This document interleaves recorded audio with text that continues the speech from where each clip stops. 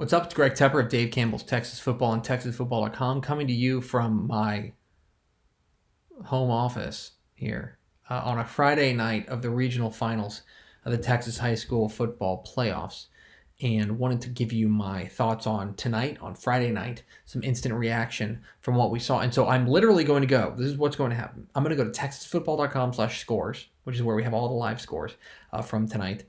And I'm going to give you my thoughts on all 30 games that happened tonight. Just real quick. It's going to be rapid fire, real stream of consciousness type stuff. So we'll start. There's only one 6A game tonight. Austin Westlake took down San Antonio Brandeis in a way that, Ishmael Johnson, one of our editors, was on hand there, and he was in our Slack chat talking about how Westlake was just mashing up front, and that is the big key for Westlake. That for all we talk about the quarterback controversy, whatever you want to call it, their offensive line remains a strength for the Chaps. They are through to the state semifinals, where they will await, 6A Division II region, Katy Taylor and Cy Creek tomorrow. 5A Division I, we had two games tonight. San Antonio Wagner. Okay. 74-14 over Corpus Christi Veterans Memorial. I did put in the call for the upset for Corpus Christi Veterans Memorial. That seems, in hindsight, not wise. What a performance from San Antonio Wagner. Just absolutely dominating Corpus Christi Veterans Memorial. They are through to the state semifinals. Also through to state semifinals in 5A Division I, Frisco Lone Star.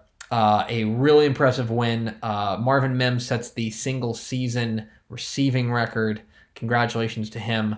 They survived that rough and tumble Region 2 and now will await their fate in the semifinals, but they are through to the state semifinals.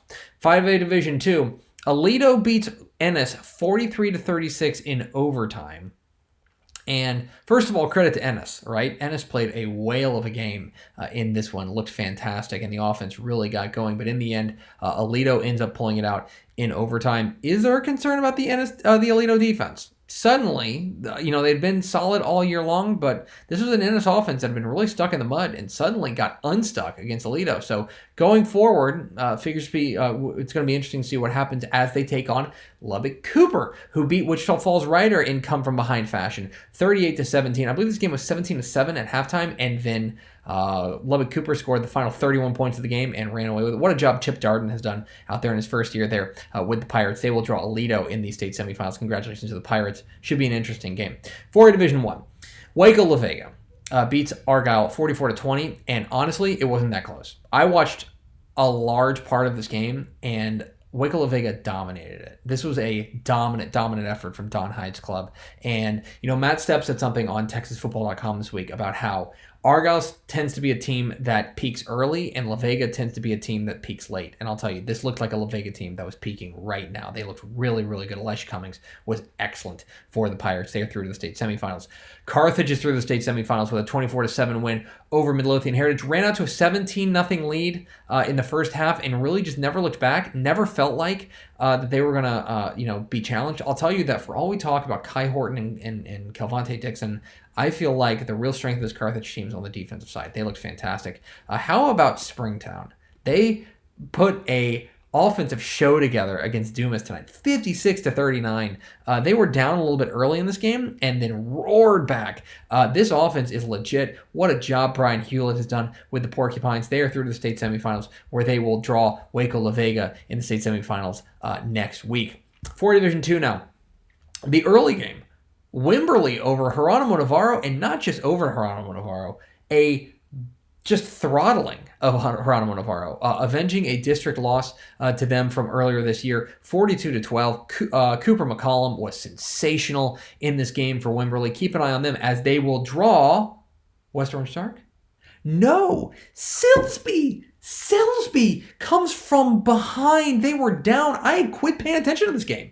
It looked like this was one of those games. I think it was like 28-17, and I was like, all right, this is one of those games where West Orange Sharks just kind of holds you at arm's length. But instead, Silsby roars back, scores late, gets a stop, and stuns West Orange Stark to win Region 3 again. And so we have a state semifinal in 4A Division 2 of Wimberley versus Silsby. One of those teams playing for a state championship. That is amazing. On the other side, it held, I would say, a little bit more to chalk. Pleasant Grove, for the first half, really kind of went back and forth against Gilmer, but in the end pulled away, and I'll tell you that offense is awful impressive. Very impressive from Pleasant Grove. They are back in a state semifinal where they were draw Unbeaten Midland Greenwood. What a win. Holding on late against Iowa Park to take down Iowa Park 36-33. The Rangers are through to the state semifinals. Pleasant Grove versus Greenwood next week, and then it'll be Wimberley versus West Orange Stark on the other side of that bracket. 3A Division 1, Brock. What a win for them. They avenged their regular season loss to Pilot Point. The offense got going a little bit. Cash Jones had a nice game in this one. This game got a little bit hairy late, but Brock was able to hold them off. Impressive stuff from Brock, where they will draw Pottsboro.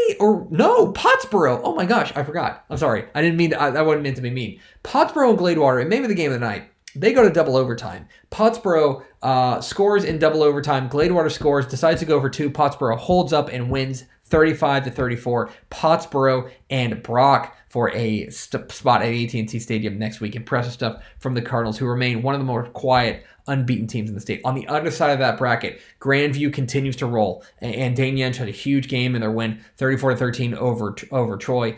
They fell behind early in this game, but Grandview ends up pulling this thing out, and very impressive, heart of a champions type stuff, where they will draw Columbus. Columbus avenges their regular season loss to Hallettsville, 48-25. What a year for Columbus. They have been absolutely so much fun to watch, and Matt Schobel has done an unbelievable job with the Cardinals. A big lift next week against Grandview, but I'll tell you that right now Columbus has got to be playing with as much confidence as anybody in the state. 3A Division 2 now. Okay, Canadian survives a late rally from Abernathy to take down the Antelopes 35-31. This was as advertised, right? Canadian ran out to an early lead. Abernathy mounted a comeback. Canadian had to hold on late. Impressive stuff from Grant McCook and the Wildcats. They are through to the state semifinals, where, surprise, surprise, they will draw Gunter for the umpteenth consecutive year, as Gunter does a very Gunter-like thing and beats Holiday 27-9 in just one of those. It's time to start talking about the type of game that Gunter plays is just mucky. They like to just muck it up and just like, we're going to run the ball and we're going to play good defense, and it's going to be ugly, and it's not going to have a lot of highlights for High School Scoreboard Live Saturday at 11 o'clock on Fox Sports Southwest, but we're going to get a win, and that's what they did in this one. One of the games of the night, Paul Pewitt and Dangerfield. We knew this was going to be a great game, right? And Dangerfield got up huge in this game. I quit paying attention to it. I was like, Dangerfield's going to run away with it. Because especially, Paul Pewitt does not have the type of offense to come back in a game like that. But instead, they rally in a huge way and take down Dangerfield 45-42 late. What a job by Paul Pewitt to come back and win there through the state semifinals, where they will draw East Bernard, who took care of business tonight against Ganado, beating them for the second time this season, 30-10. This was methodical. This was a methodical Brahmas win. And they are looking like, between Canadian, Gunner, really all 4 of these have been really consistent over the past couple of months. This has been very interesting, but East Bernard has been wildly, just sensational this year. 2A Division 1 now. Let's go to the left side of the bracket, where we'll start with Post over Hawley. 52-42, a lot higher scoring than I thought it was going to be, honestly. But the running game got churning for Post. They were able to capitalize on some turnovers for Hawley and end up, Hawley, this was a close game, I think 22-21 at halftime. Post ended up pulling away in the second half. Impressive from the Antelopes there through to the state semifinal, where they will draw Valley View, as Valley View, in one of the stunners of the night, takes down previously unbeaten San Saba 14-12. They block a field goal in the final minutes to get the win. What a job from Valley View. They have been really, from the defensive perspective, that's the side. Now, it sounds like Sean O'Keefe, the quarterback for San Saba, was at least banged up in this game, but take nothing away from Valley View. That defensive effort is impressive. And now we get Post versus Valley View. You want to talk about, a clash in styles. That's going to be a lot of fun in the semifinal. On the other side of the bracket, you've got St. Augustine with a 48-28 win over Groveton. I thought they were favorites in this game. The Wolves take care of business. They are through to the state semifinals, where they will await Refugio. Refugio, of course, a winner last night on Thursday night. A big win there over Holland. 2A Division 2 we go. On the left side of the bracket, Region 1, Stratford takes care of Wink. Stratford never really was threatened in this game. They ran out to an early lead and just kind of held Wink at arm's length. Great year for Brian Gibson and the Wildcats, but Stratford, it looked like the class of Region 1, and they certainly look like the class of Region 1 moving forward. They will face Hamlin. This is one of the most impressive wins of the night. 43-22 over Wellington. This was really impressive. Hamlin ran out, and this was a game that was close early, and then Hamlin hit the Jets and just left Wellington in the dust. That's a really good Wellington team that Hamlin dominated for the most part in this game. They are through the state semifinals, and Stratford and Hamlin's going to be a lot of fun. On the right side of the bracket, it's what we thought. Munster, or Mart with a big win over Munster, 53-7. This game was 7-0 at the end of the first quarter, and I was like, oh, is Munster going to give him a run? And then Mart and Roger L. Freeman took off, and a really impressive game there from the Panthers. They win 53-7, where they will draw, as we predicted in the magazine, Falls City. 35-28 over Bremont. Bremont absolutely had the stomach for the fight in this game, and in fact was going for an onside kick to get the ball back here late, but Falls City just a little bit too much. Brady Lissi, I've told you over and over, is a superstar, and he was fantastic tonight. And then in the six-man ranks, we have our state championship games for the most part, at least in 1A Division 1, or rather 1A Division 2 set. We'll start there. Motley County, the upset, I would say, in the six-man ranks is Motley County over Blackwell, 56-44. I thought Blackwell was a pretty considerable favorite in this game, but Motley County, on the strength of their running game, absolutely sensational. 56-44. They are through to the state championship game, where they will draw Richland Springs. Craig Way was out of this game, and he was texting me throughout the night about how impressive Richland Springs was.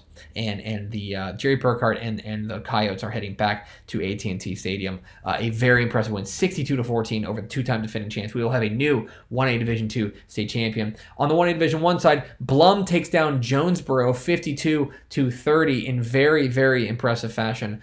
Look, Blum, they're one of the great stories. They're through to their first ever state championship game. Going to be fun to see the Bobcat faithful out there to kick off the state championship games at 11 o'clock a.m. on Wednesday the 18th. That's all right? Yeah, the 18th. They will await the winner of Rankin and McLean, and that game is happening. Hold on, let me check this up on TexasFootball.com. When is that game? Yeah, tomorrow? Do I have this right? I'm watching live coverage of me looking up when that game is. Hold on, come on.